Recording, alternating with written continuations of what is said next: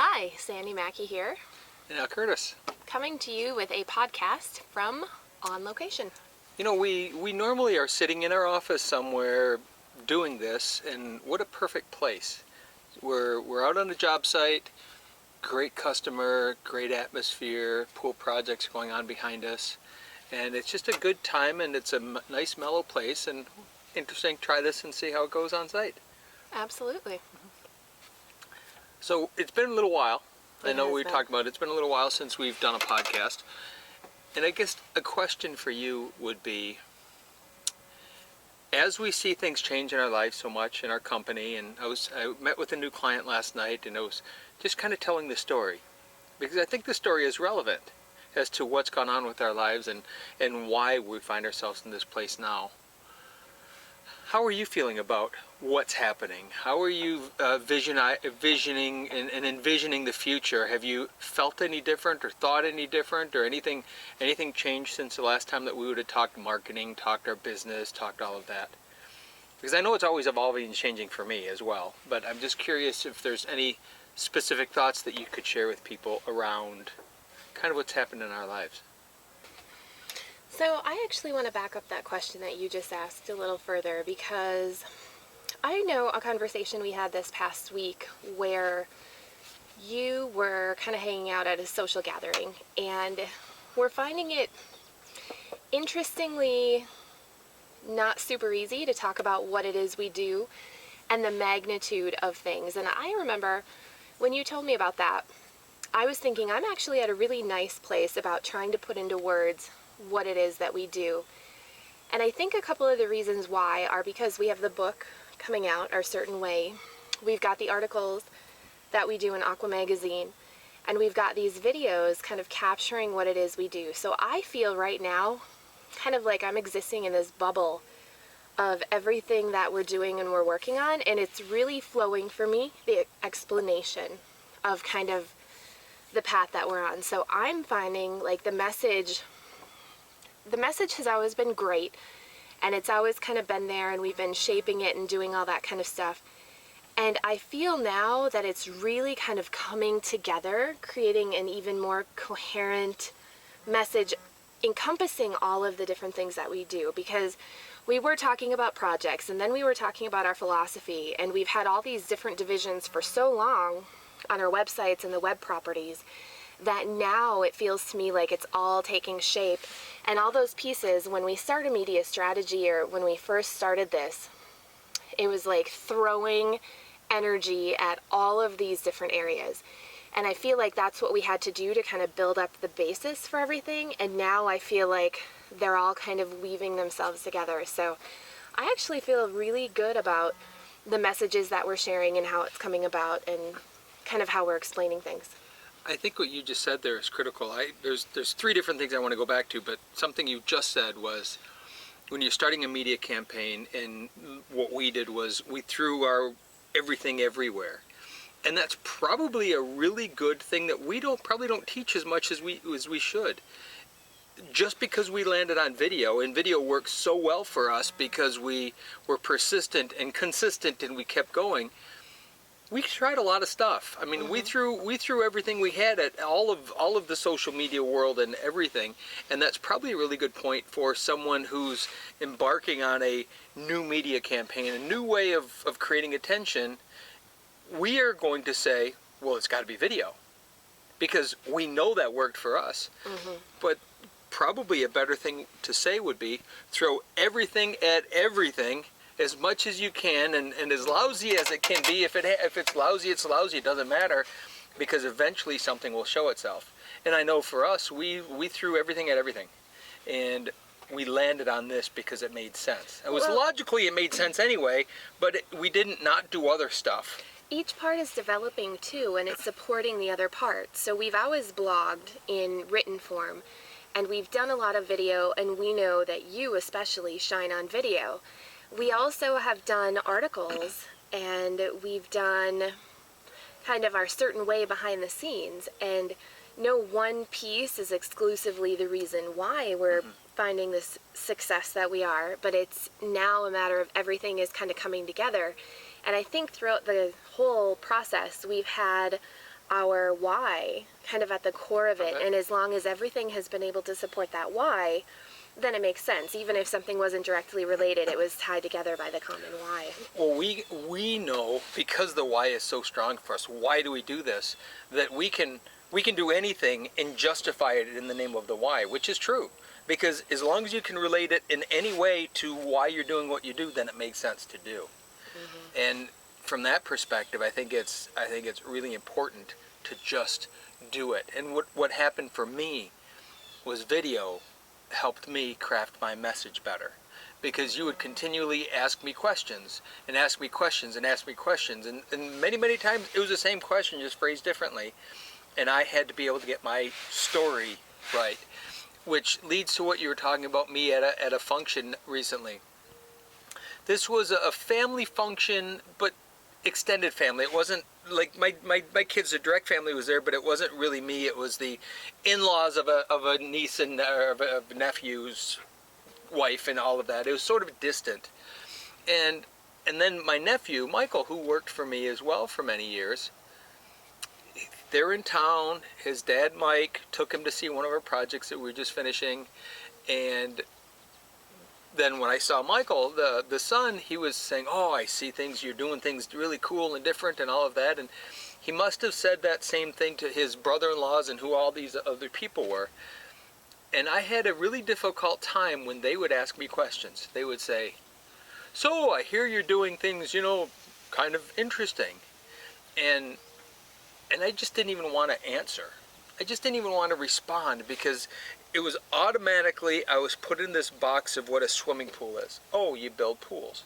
And automatically and I've met these people before, so they know I've been in the pool business, but this particular case was just really uncomfortable, because it was difficult to say, well, yeah, we build pools. However, it's more than that. It's not just building a pool, which in everyone's mind, when you say build a pool, they go to every pool that they've been to, or the pool that they swam in as a kid, or the last one they saw, and that's the assumption of what they do. And instead of trying to go, well, yeah, I do that, however, it's a little different, I just said, yeah, that's what I do. I build swimming pools. And it was just so much easier than to try to describe. One of the guys asked me, he said, "Oh, so how's it going this summer?" And I'm like, "Man, it's fantastic. I couldn't ask for more. It's just amazing." "Well, what do you attribute that to?" Which was an interesting question, but in the wrong context of who to describe the answer to. I would like to describe the answer to you or someone that understands our way, but for him to say that, what would your response be to someone who just casually sort of knows that you're in the pool business, and they ask, "So how's your season going?" And you go, "Man, it's just awesome. Things are fantastic." And that person says, "What do you attribute it to?" And then you go, "Well, it's our marketing. It's our client base. It's the type of project we choose to do." I mean, all of those are legitimate answers, but none of them really are the right answer. It's all the right answer, but none. And again, it's not like I had a 3-hour dissertation that I could explain what we do. But in that 30-second interaction, that moment, I found it really weird that I couldn't put into words in a simple form and express what I really feel about it to someone who matters, but doesn't really. But it's important to have a good answer. And it was really difficult. So pretend that person was a 5th grader. What would you have said if it had been a 5th grader asking that question? Because it's a miracle. And exactly. I'm kind of hearing the frustration with trying to figure out how to use words because of the magnitude of what we do energetically. It's so great. You kind of have to decipher it down to... It was different, though. Kind of like a I know what you... simple I know what you mean in terms of that, but there was this other part of me that didn't want to answer it. So it's not like I just couldn't answer it, but I didn't want to, because it was like describing something, trying to speak to an alien. It was like making something ordinary. Yeah, and it was trying to boil this feeling and emotion that I express through what I do. So if you have to make it ordinary, then you'd rather not explain it. I'd rather they either witness it or know nothing about it. Yeah. And I think that was kind of an aha moment for me, that we love this. We get into it, and I try to explain to people, oh, it's all family. And, you know, it was really cool because I was there. My girls were late because they'd been working. They came straight from the job, and they rolled into the party, and one of them's got her work boots on and work shirt. The other one had changed because she'd been swimming, working inside a pool, so she had cleaner clothes on. And they were tan from head to toe, and they were beaming because they're full of vitamin C, and they're full of, you know, vitamin A or C or whatever it is from the sun, and they're D. There we go. So they're obviously full of vitamin D, and they just were radiant. They looked very different from everyone else, and not like physically, not like proportionately. Or that's not what I'm not talking about. Physical beauty, more so it was this aura part. And I didn't tell you that, but it was to me relating to what we do, the culture of who we are, that it was coming through them, and there was this noticeable difference of them. Several people even said it about them, and here's, you know, they're dressed in work clothes. They're used to dad working, and they are working, and they've shed some of that social part of having to be a certain way, but they were radiating this thing that they're growing to love. And someone said, I can't even remember who, maybe it was my brother-in-law Mike, or someone had said something that, you know, when Katie talks about what she does, she beams. And she's not one that I would have expected to, nor do I know if she'll stay around or not, but she's here now, and she's in it, and she's loving it. But that showed, and when they walked through the gate, there they are. That's how I would like to describe the company, because how their being was expressing what they do. And for me to try to put into words for someone else going, well, what do you attribute it to? And it's, well, you know, we have amazing customers with great marketing, and we really know who we want to work with, and we only do the things that we really love to do. And I could have gone on and on and on, and he would have sat there and looked at me like, you know, I had four eyes. And so it was just kind of what about its simplest form? We have a certain way. We and just do awesome work out stuff. That way. Well, that's one hand. The other hand is, which you don't know can't hurt you until you experience it, and then you'll understand. Because that's another part of it, and I think that's what happened with Michael when he had seen it then he understood. Much like when one of our customers went to another one of our customers' pools, was that yesterday? Mm-hmm. And Wendy said, it's way better in person. You know, because you feel the essence of it in person, and we try to capture it with video, and we hover the drone over the top of it, and all of that. And pictures can only speak so much, and there's that. And I think this is part of the secret sauce that we don't talk enough about, but I think it's that because of the love that we put into what we do each and every day, no matter how miserable some of the stuff is sometimes, and how hard and tired and whatever, the love that's kind of put into the essence of the materials makes it feel that way. That's exactly what my cousin from Maine had said as well. Having watched kind of images and things on Facebook, she had said too, it was so great to see it in person and feel it. And I think that's, you can see from a picture, mm-hmm. you can get a sense from a video, but you don't feel it until you're mm-hmm. there in person. And that's, again, that's part of that immersion, is being mm-hmm. a part of it. And we do really well, you do really well at capturing projects in picture form and video form. And for a snapshot picture on the wall, it's really cool, you're right, but it doesn't take you on the journey. Mm-hmm. It doesn't take you through that experience, whatever it is that the artist, and the artist being the company, all of the individual pieces, each person putting their little love into the thing that they're doing and finding a way to create something interesting, brings about this whole nother sense of what we do. I think it's really hard for people in general, and maybe artists have a slightly easier time at it, but explaining feelings. Because if we have, you know, the tools available to us, we have photo, we have video, we have feeling it in person, so short of someone being there, it's getting other people to describe it mm-hmm. in feelings. And you're really good at describing things in feelings, but we need more perspectives to kind of bring that to light. So I'm kind of, my mind's kind of racing with the marketing potential of marketing feelings, but developing a whole nother way to do it. Kind of that encompasses more than the just one-dimensional mm-hmm. or two-dimensional, you know, photos are one-dimensional, videos two-dimensional. we kind of need to bring in that third dimension of feeling into everything we do, which also, just a side note about organic marketing, we've always had the organic marketing tic-tac-toe board, and I know we've talked about it in our podcast, which is a way to kind of examine your marketing. And I think, as we've always talked about that developing, you start with this kind of surface dimension and then you go a level deeper. And I think when you get to the core of it, in the middle there is the marketing of feelings. And marketing's not the right word. It's probably the storytelling or the immersion, the immersion in the feelings. And that, we can look at the Tao, or what Wayne Dyer talks about, or Eckhart Tolle even. And when you try to explain something with words, it diminishes. And it's because that sensory, we say feelings, but feelings are really a representation of all of the sensory inputs coming in together. The sight, the sound, the smell, the touch. We should come up with a word for and we try to label those. We try to label those as well. And by labeling those feelings, we've also diminished them. Yeah. So we can say words, and that diminishes what it is, but then the feeling that we're trying to portray is also diminished, because then I say, oh, it makes me feel happy.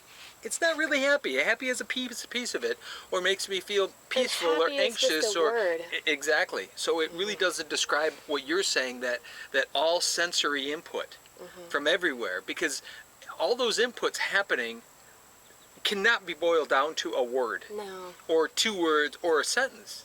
It's an immersion, it's an experience. And I think that's where the organic marketing, as you dig deeper into it, it's more about learning what the story is and why the story exists, and developing it in such a way that you drop into those emotions, and you immerse, and you become immersed in, but you also take a customer on a journey. No matter what it is you're selling, no matter what you're doing, you take them on that journey of immersion. And how could we frame that immersion experience? And it's part of that, it's certainly part of our certain way, is bringing people into the fold and immersing them into our lives and what we do, and having them experience all of us, not just the one dimension or two dimensions of us. We certainly try to show people all, and they can take all or as little as they want. And some people choose to take all of the immersion, which that's where the lasting relationships come from. And some people see the one-dimensional part of what they think we do, and therefore they like that. Although most of our customers today take a deeper immersion than just a little slice of having us do something for them. But what is that? I think the customers who, like you said, we build the lasting relationships with, they're the ones that are willing to immerse themselves in this. And I think that's where the magic happens. And we've talked about the number of Al Curtis originals that you have left in you, and the legendary escapes. And we've kind of redefined that a little bit, because you had so many left, and so it was almost like, okay, every pool from here till you stop building had to be one of those. But then we also coined the mini legendary escape, which I think the people who get the full-fledged legendary escape, those are the ones who are willing to immerse themselves in the experience, and they'll get one of the limited edition pools that are assigned the number in your portfolio. And then the mini legendary escapes, I can see, are kind of just a step kind of before that, before people are willing to do the whole immersion, because people in their lives are at different levels of awareness, different levels of the enjoyment of life, different levels of just kind of where people find themselves. And there's nothing, wrong, or there's no better place, but there's probably a happy little place with the mini legendary escape experience, where it's not as kind of all-encompassing sensory. Well, I think there's the full immersion, I think, takes us all on this journey together of growing, changing, evolving, being, and learning about each other, and learning about other people's ways, and them learning about our ways. And that would be exhausting to take every person we ever met on that journey. But the ones that take that full immersion are certainly the ones that we're going to build those lasting relationships with. And yet there is a huge segment, and I know we've talked about that many times, it's being an I don't even what the term is, not being taken care of. What would that term be? Underserved? Underserved group out there, a huge group of people that want their foot wet Like in the a immersion. mini immersion. Yeah, they want their foot wet in the immersion, and they want to put their feet in the water, but they're not really sure that they want to go down the rabbit hole all the way. And it's been easy, but not over the last several years to just say no to them. Just go, well, then that's not for us. And yet I do think that we're doing us a disservice, the industry a disservice, and them a disservice by not somehow helping them fulfill that. And I know we can't help everyone fulfill that, but I do think that's why this mini legendary escape thing is really intriguing, in that they can get a sense of it, but they don't have to take that full ride. And I'm not sure how that will go, but I do know that it's certainly something that continues to present itself to us, that I don't know how many times we have to be knocked in the head with it before we recognize that this is stumping us for a reason. Well, the pieces have to come together. They certainly do. So but they're I kind of think working their way to it. They are, and we could continue to try to ignore it, but when something continues to come back and come back and come back and knock, eventually I think the smart thing is to open the door, and that's kind of what we're doing now. Don't know what that looks like fully yet, but I do think that the time is probably right. Mm-hmm.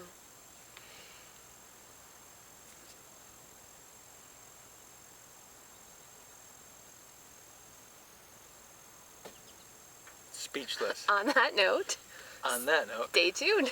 I guess that's the end. must be.